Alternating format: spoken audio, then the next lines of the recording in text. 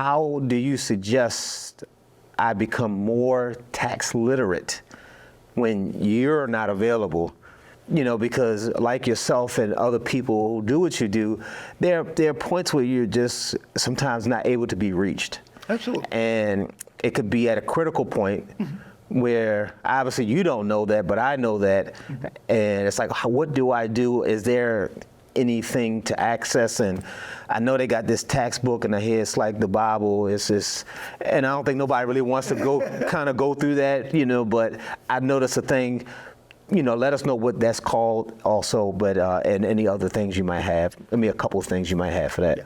Every year, the Internal Revenue Service puts out the Master Tax Guide. It's about this thick. This is good for good bedtime reading, for you to read. It'll put you to sleep after about maybe the 7th page. That's right. The print is about this small, Yeah. and it gives you all the tax laws and regulations, and you can read those. And that is what they consider what they call the Bible, because if it's in there, that's where it goes. But I always like to let everyone know, you want to do what I call a 2 to a 3 tier step. Google is your friend. Google.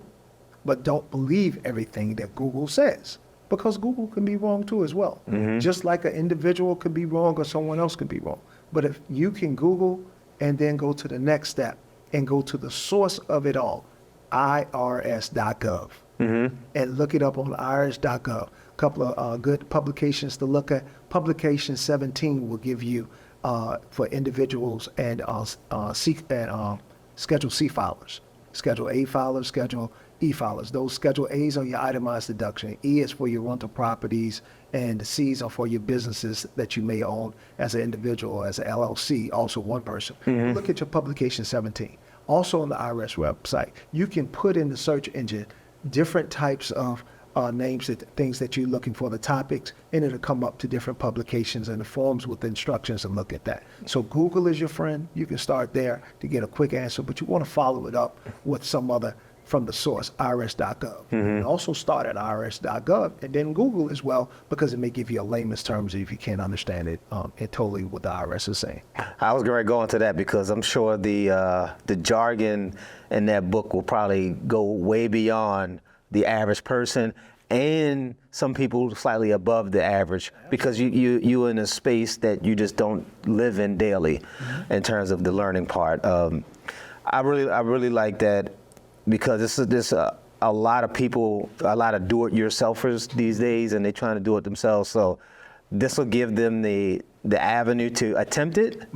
But I got a feeling they're still going to circle back, because I'm sure a lot of that stuff is layered, and it sends you to other things, and it just becomes more complicated for something that it's just not your lifestyle. So if you enjoy this content, if you like it, please think to tap the like button below, subscribe, and share this video with people that you think would be interested.